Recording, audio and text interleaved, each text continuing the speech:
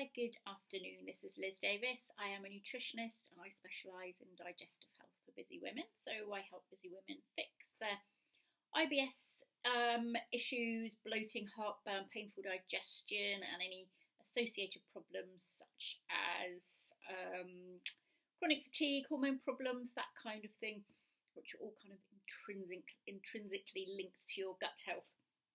And I do this with usually state-of-the-art testing, supplements, dietary upgrades, etc. So today I was going to focus on one of those things, which is supplements, and because it's cropped up a couple of times in clinic this week, kind of where people are over-relying on supplements rather than focusing on the diet side of things, which, as we know, is critical. So I just wanted to do a quick rundown to clarify when we use supplements, what are the best supplements to focus on, and when you need to take them and why. So first off then, if you are suffering with your gut, then I'm imagining by and large you would have been experimenting with lots of different kinds of supplements, probiotics, prebiotics, antimicrobials, etc., etc. And these can be really, a very good idea. They can make you feel a lot better. Not always, because sometimes we need to know exactly what we're dealing with first before we can kind of get you on the right supplement plan, or the one that's ideal for you, if you like. But the other thing is, if you are suffering with IBS or any of the other gut issues, then what you would probably be doing, as well as restricting your diet, because there's probably a few foods that are making you feel worse than others. So high FODMAP foods, for example, garlic, onions, that kind of thing. Gluten normally, sometimes dairy as well. People find they tend to trigger symptoms, so they are quite keen to keep them out of their diet because they know they make them feel a lot worse. So if you're finding that you're restricting your diet quite a lot, you can actually end up taking out a lot of foods that are actually really beneficial, because a lot of the kind of really nutritious foods, for example, as I say, garlic, onions, broccoli, that kind of thing, cabbage sometimes, for example, are really, really nutrient dense and really good for you. So in that sort of situation, then supplements are always going to be a good idea, like to take a good quality multi, just to make sure you're getting those nutrients in and basically keeping yourself covered. But do be aware though that supplements are not magic bullets. They are not going to, you cannot supplement yourself out of a restricted diet, out of a bad diet. The diet is always number one. So if you think about it like the diet being the cake and then the supplements being the icing on the cake, is a good way to look at it.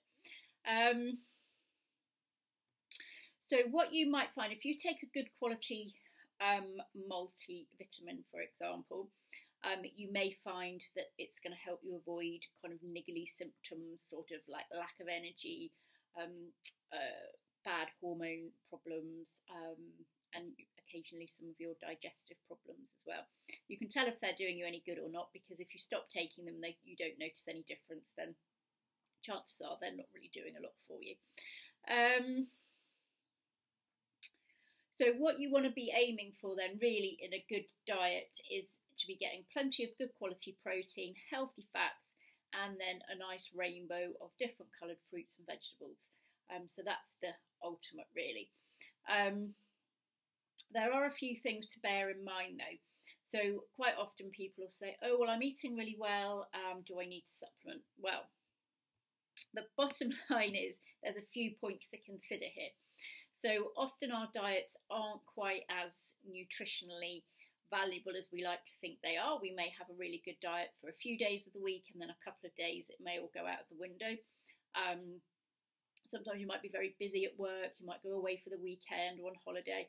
So at those times your diet does generally kind of take a back seat a little bit. So in those sort of circumstances it may be worth taking a supplement. A lot of the food we eat is highly processed. So if you're eating highly processed food, a lot of the time it's going to be a lot lower in nutrients than minimally processed foods. The other thing is that we can't really avoid is that the soil used for farming is really low in nutrients now. A lot of the vital minerals and things are very, very low in farm soil. We have to consider that the producers may have travelled a long way to get to us. If you're suffering with your gut, then I think I've already mentioned your absorption is going to be hindered somewhat. If you've got SIBO or candida or parasites or anything like that, that can impact how well you're absorbing the food that you do eat. If you're stressed, this is going to really hinder your ability as well to absorb nutrients. Sometimes if you're hormonal, if you've got bad PMS, if you're perimenopausal, that may call for extra nutrients to be taken on board by you as well, just to kind of mitigate those symptoms slightly. During the winter, in the Northern Hemisphere, it's generally recommended that we take a vitamin D3 supplement, so that's worth bearing in mind as well. If you don't like eating fish, omega-3 supplements are also going to be quite important for you as well. Very important for you, in fact.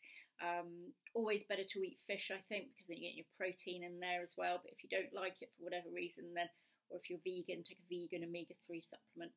Those are all really important to keep your health optimal.